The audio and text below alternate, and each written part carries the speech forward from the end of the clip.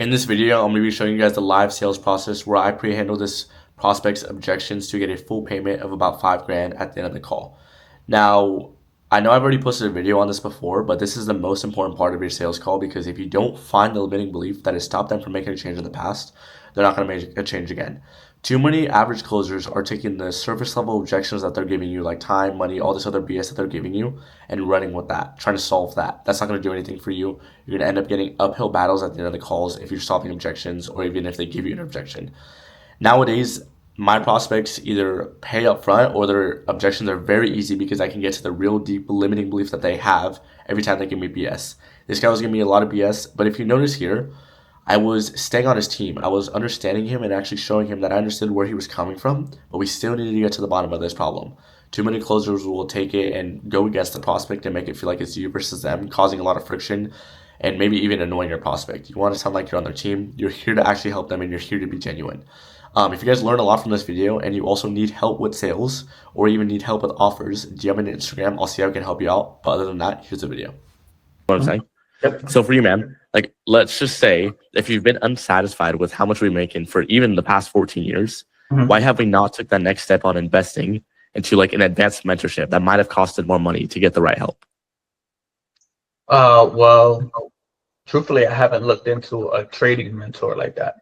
It wasn't until he started mentioning these programs that he was doing, Mastermind or the Team Bull Academy, which I did also purchase the Team Bull Academy where they had the videos. It was a while back, but they weren't like teaching everybody. They had just pre-recorded videos and they would go and teach you the basics and stuff like that.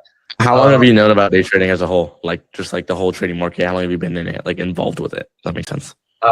Since right before I joined it. It wasn't like long before. It wasn't long after or long before I joined the group that I found out about it. So it's about 6 years, you said? Yeah, well. Okay, so let's just say 6 years then. In those past 6 years, I'm assuming you're unprofitable. Like I don't think you'd be here if you're profitable, right? Or I'm assuming you're unprofitable still. Okay, no worries. So then for you, like over the past 6 years, then if like we felt unsatisfied with our income since 18 years old, and we have been profitable in the past 6 years, still though, why are we not taking that next step on actually investing in ourselves? Well, I do invest in myself now. Or like in terms of a more advanced mentorship, if you know what I mean.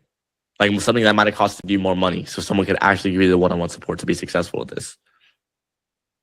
Truthfully, I couldn't answer that.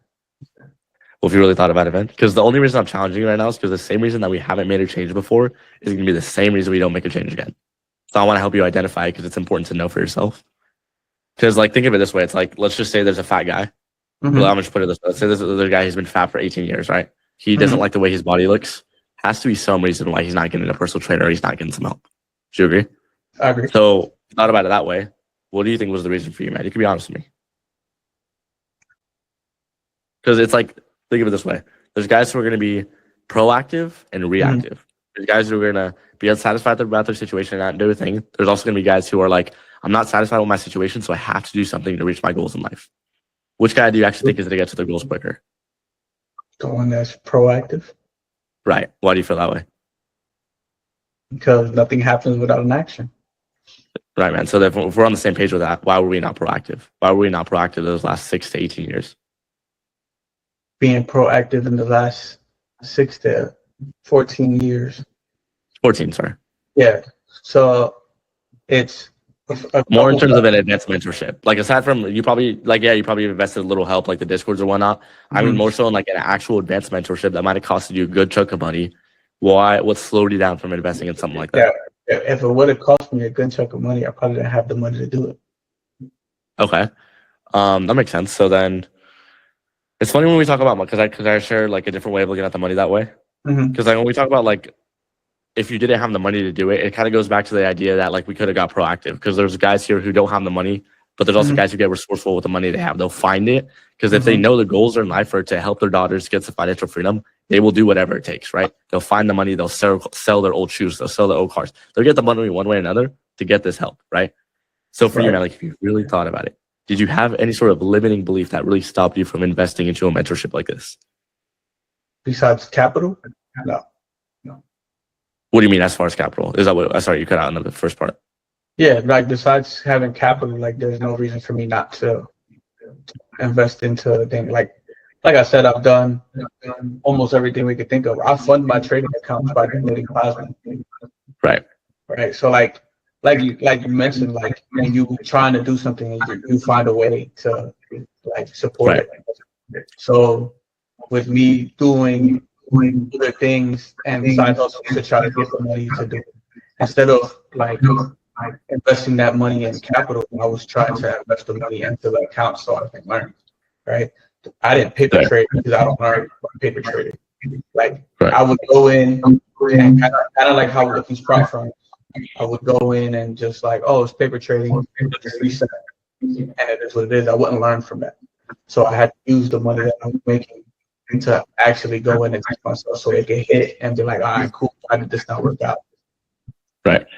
I mean, I understand that part, but in the same sense, it's like we can invest the money in the market or whatnot, but it all comes down to the skill set because the skill set is what makes the money. Do you agree? Like, you've ever heard the saying, "The skills pays the bills"?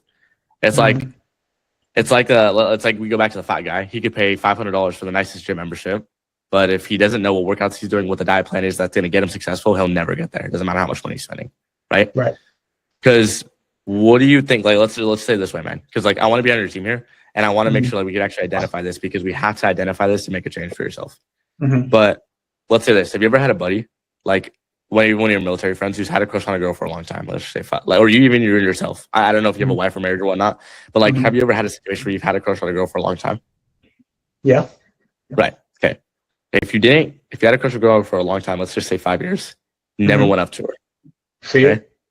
There's some fear there. Do you agree? Yep. You're scared of getting rejected. You don't know what she's gonna think of you. You don't know if she's gonna like you back. All that good stuff, right? Right. Same thing here. If we didn't take the next step because we know how important it is to get to our goals, we had to have been doubtful, fearful of something happening to us. If we know that it's smart to get proactive to make something happen, would you agree? Yep. So what do you think it is, man? Like, if you really thought about it deeply, because aside from all outside factors like the money, everything else, if we take the responsibility on ourselves, why did we didn't take that next step? Why didn't we not get a mentor that cost a good chunk of money? Scared they wouldn't work. There you go, man. That's fair. That's fair, and I don't blame you for that. Would you actually say that's a good reason to come to? Because like if we really dig deep, the only reason we wouldn't do something is if we had some sort of fear behind it, right? I agree. If you don't trust a girl, it's because you have fear for cheating on you. See what I mean? So then for you, man, like if we've had that fear that it didn't work, it's normal, right? I don't like blame you for that concern. What changed now? What actually makes you want to get over that fear and actually look at investing in yourself?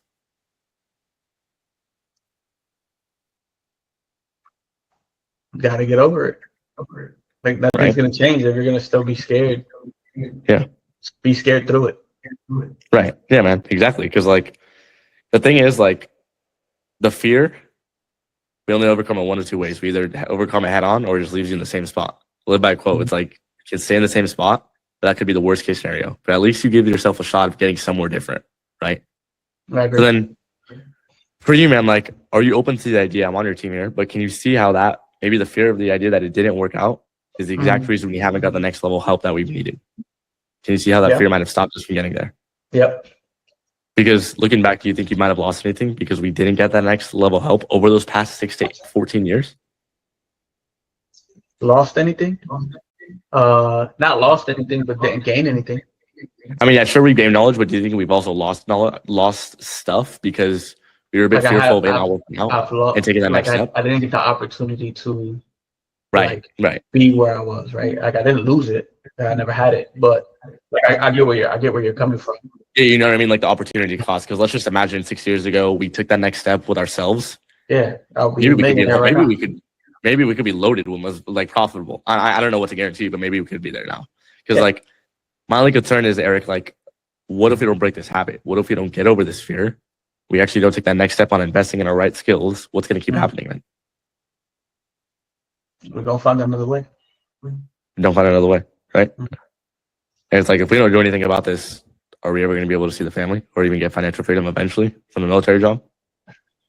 No. Right? That's why people do 30 years.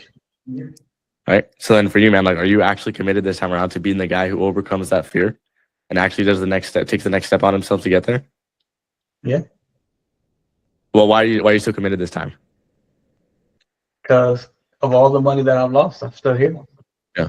I haven't quit. Like like I've taken breaks where you go on the street, Right. and like, all right, cool, like I lost a lot of money here.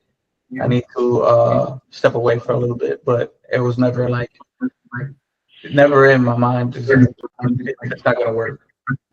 As I did mention, the investment to allocate everything that I went over is about $5,000. 5,000. How do you feel about that, Eric?